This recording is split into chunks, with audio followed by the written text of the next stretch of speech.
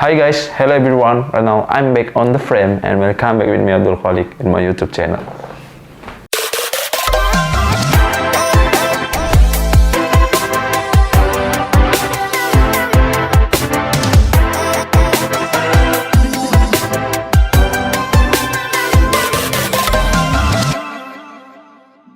So, hari ini gue mau ngelanjutin video segmen Talking by Thinking. Jadi ini adalah episode kedua. Dan hari ini kita bakalan membahas sebuah topik yang menurut gue menarik banget, yaitu filosofi stoikisme. Jadi belakangan ini gue mulai ngamatin gitu, dari apa yang sendiri gue rasain sebagai anak muda, yang udah dikatakan bukan lagi anak kecil lagi, dengan bertambahnya umur. Artinya gue berpikir ya bahwa semakin bertambahnya umur gua, maka juga semakin bertambah beban dan tanggung jawab yang akan gua tanggung nantinya. Nah, terkadang yang gua lihat secara tidak sadar gitu ya, banyak sekali di platform sosial media yang gua punya, gua lihat judul-judul yang terus membangkitkan motivasi gitu kan. Gua berpikir seperti itu tuh. Anak muda umur 21 tahun udah punya rumah ya. Anak muda udah menghasilkan 50 juta pertama di umur berapa gitu. Dan ternyata hal itu bukan justru menjadi motivasi yang baik bagi gua sendiri gitu, karena gua terus-terusan terdistraksi gitu dengan ambisi, dan akhirnya gua secara nggak sadar malah jatuh ke lomba lari, anggaplah lomba lari yang dari awal sebenarnya gua tuh sama sekali nggak ingin untuk ikut ke lomba tersebut gitu. Nah, akhirnya apa? Akhirnya gua itu mulai tidak tahu mendefinisikan rasa bahagia yang benar itu gimana gitu kan. Gua mulai merasa kok diri gua semakin tertinggal. Kenapa mereka udah bisa mencapai hal-hal demikian di umur berapa gitu kan. Sedangkan gua masih lupakan bahwa ada kemajuan dan progres yang gua lakuin kecil-kecil itu, tapi nyata, tapi ada gitu. Nah, gua malah tidak fokus dengan hal tersebut. Jadi akhirnya gue menonton sebuah video dan mencari pembahasan mengenai filosofi stoik, dan kita akan bahas sebenarnya apa sih yang dimaksud dengan filosofi stoikisme itu. Jadi sebelum kita lanjut mengenai poin pembahasan tentang stoikisme, di sini gue akan menjelaskan sedikit apa sih yang dimaksud dengan filsafat itu sendiri. Di sini gue bakal mengutip sebuah pendapat yang disampaikan dengan seseorang yang bernama Bertrand Russell pada tahun 1967. Jadi yang dimaksud filsafat itu adalah suatu cara untuk menjawab pertanyaan-pertanyaan terakhir gitu, tidak secara dangkal atau bersifat dogmatis. Dalam tanda kutip gitu ya, dogmatis yang dimaksud adalah bersifat mengikuti atau meyakini suatu ajaran ya, tanpa kritik sama sekali. Filsafat ini diterapkan dalam kehidupan sehari-hari atau bahkan dalam ilmu pengetahuan yang konsepnya itu didasarkan pada pemikiran kritis ya, dengan rangkaian penyelesaian masalah dari pertanyaan-pertanyaan tersebut. Jadi secara singkat ya, filsafat ini didasari oleh rasa penasaran. Kemudian muncullah satu kata, pertanyaan gitu. Nah, dari pertanyaan-pertanyaan tersebut muncullah langkah-langkah untuk memperoleh jawaban. Dan dari proses mencari jawaban tersebut, itu muncul nanti outputnya ya, menjadi keyakinan, kebenaran, dan pemahaman gitu. Misalnya ketika kita berpikir ya, mengenai alam semesta, air jatuh dari atas ke bawah, muncullah hukum fisika gitu. Energi potensial, energi kinetik, energi mekanik, dan lain-lain. Kira-kira seperti itu. Jadi filsafat itu adalah induk dari seluruh ilmu. Jadi anggaplah kita udah sependapat dan satu frame gitu mengenai definisi dari filsafat itu sendiri. Kita akan lanjut dengan pertanyaan kedua. Sebenarnya apa sih yang dimaksud dengan stoik? Dan juga bagaimana sejarah dari stoik ini dilahirkan? Stoikisme ini diciptakan di kota Athena, Yunani oleh Zeno dari Citium pada awal abad ketiga sebelum Masehi. Filsafat ini kemudian dianut oleh beberapa ahli filsuf dari Yunani, mulai dari Epictetus yaitu seorang mantan budak, kemudian Seneca, politisi dari Kaisar Nero, atau bahkan sampai ke Marcus Aurelius yang notabene adalah seorang kaisar nih. Jadi benar-benar dianut dari berbagai macam strata sosial gitu. Nggak cuman dianut oleh kalangan atas. Nah, stoikisme ini didasarkan pada ide bahwa tujuan hidup itu harus selaras dengan alam. Nah, alam yang dimaksud di sini didefinisikan sebagai keseluruhan kosmos, dan termasuk dalamnya manusia yang hidup berdampingan dengan kita.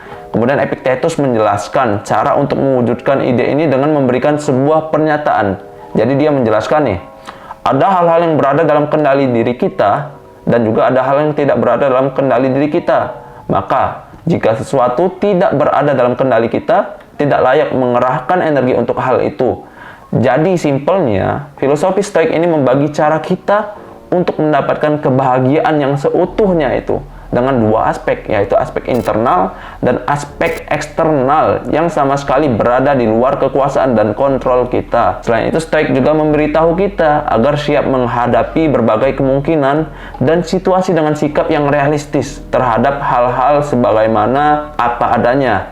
Nah, ini poinnya nih. Jadi stoik mengajarkan kita bahwa sebagai manusia kita harus menerima diri apa adanya dengan pikiran yang rasional terhadap apa ekspektasi yang kita rencanakan atau kita pikirkan. Gua bisa kasih gambaran paling sederhana yang gua rasa lu semua bisa pahamin gitu ya. Misal, katakanlah lu kesengsem atau suka sama seseorang gitu. Mungkin sukanya ini kan nggak muncul, ujuk-ujuk tiba-tiba lu suka gitu. Barangkali lu udah kenal dia agak lama, kemudian waktu lu kenal dengan dia, ada sesuatu lah yang membuat lu secara sadar, oh lu suka sama dia gitu. Tapi di sisi lain, dengan segala bentuk informasi yang lu dapat selama kenal, selama berkomunikasi ataupun berinteraksi, mungkin lu juga mendapatkan kesimpulan nantinya. Oh, ternyata dia juga punya spesifikasi, bukan spesifikasi sih, katakanlah kriteria ideal gitu.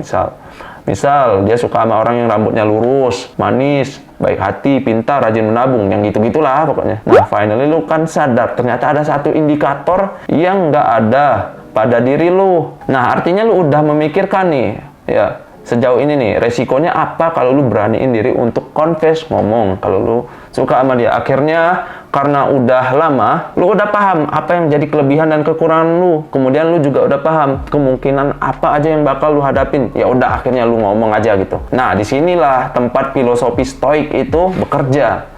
Ketika orang yang lu suka nanti ngomong balik ke lu, kalau dia ngasih tanggapan yang positif dan sesuai dengan keinginan dan apa yang udah lu ekspektasiin bahwa lu bakal diterima, nah kebahagiaannya nih bakal berlipat ganda tuh. Sampai lu mikir kayak diri itu jadi orang yang paling bahagia sealam semesta gitu, sampai alam gaib atau virtual atau alam apapun itulah. Namun bisa aja kejadiannya gini ya, maaf, Anda belum berhasil, coba lagi nanti gitu. Nah, karena lu udah tahu apa konsekuensinya, paling tidak meskipun sakit, lu bakal lebih cepat untuk move on dan recovery gitu. Nah, simpelnya gitu. Ketika lu berusaha meyakinkan untuk ngomong, mengumpulkan informasi tipe ideal gimana yang dia suka, lantas kemudian lu berusaha gitu untuk menyesuaikan diri. Misal, dengan lu nya yang tadinya biasa-biasa aja, tiba-tiba lu pakai make up gitu kan, tiba-tiba lebih fashionable, lebih harum. Nah, inilah faktor internal yang bisa lu kontrol gitu. Bentuk usaha yang bisa lu lakuin agar sesuai dengan kriteria idealnya dia. Kemudian faktor eksternalnya apa? Yaitu tadi ya, respon dia ke lu. Mungkin aja lu cuman dianggap teman, atau mungkin aja lu cuman dianggap adik atau yang lain. Nah, itu faktor yang sama sekali nggak bisa lu paksain, karena itu datangnya bukan dari diri lu sendiri gitu, tapi tanggapan dari orang lain. Ingat ya, jadi stoik mengajarkan kita sebenarnya untuk sesuatu yang berada di luar kendali kita, maka tidak pantas untuk mengeluarkan energi akan hal itu. Gua suka banget dengan sebuah ungkapan, yaitu do your best and prepare for the worst gitu. Nggak tahu nih, udah bener nggak gua ngomongnya gitu, apa pronunciation-nya gitu. Lakukan yang terbaik, tapi jangan lupa untuk bersiap dengan hal yang terburuk. Korelasinya apa dengan kehidupan kita di zaman sekarang? Ya, dengan keterbukaan informasi, dengan sosial media, kita semakin mudah untuk terkoneksi antara satu sama lain, dimanapun, kapanpun waktunya gitu. Nah, ini bagaimana sih maksudnya ketika kita scrolling tadi seperti yang udah gua spill di awal gitu. Kita lihat di beranda kita informasi, wah ini orang udah sukses, ini orang udah punya mobil gitu. Kita semakin ngerasa, oh kenapa gua ketinggalan, kenapa gua masih jauh banget gitu. Nah, kita bukan bahagia ya, karena kita semakin terdistraksi dengan apa yang nggak bisa kita kontrol tadi gitu. Harapannya dengan gua ngejelasin ini, ya meskipun ini juga masih gua coba untuk terapin ke diri gua sendiri, kita itu bisa jadi lebih fokus gitu terhadap hal-hal kecil apa yang kita lupakan. Kadang kita itu sampai lupa bahwa, oh ternyata gua ada juga nih hal positif yang bisa gua lakuin nih. Karena ekspektasi kita yang udah kelewat tinggi tadi gitu. Menurut gua hal seperti ini tuh harus kita benerin mindsetnya gitu. Sehingga ya anak-anak muda di zaman sekarang dapat lebih kontrol diri gitu. Bahwa lu nggak harus kok jadi seperti dia gitu. Lu nggak harus juga melampaui dia gitu. Siapa sih yang buat standar? Tiba-tiba lu harus ngelebihin dia gitu. Ya udah. Akhirnya lu terima, lu jadi orang bersyukur, dan lu bisa lebih fokus untuk ngembangin diri lu sendiri. Itu harapannya. Oke, itu aja video singkat dari gua kali ini. Jangan lupa sebelumnya tekan tombol subscribe dan juga kasih like-nya. Tentunya juga share sama teman-teman kalian kalau kalian ngerasa video ini bermanfaat gitu kan. Tapi kalau nggak ya udah nggak apa. Oke, itu aja dari gua. Stay positive guys.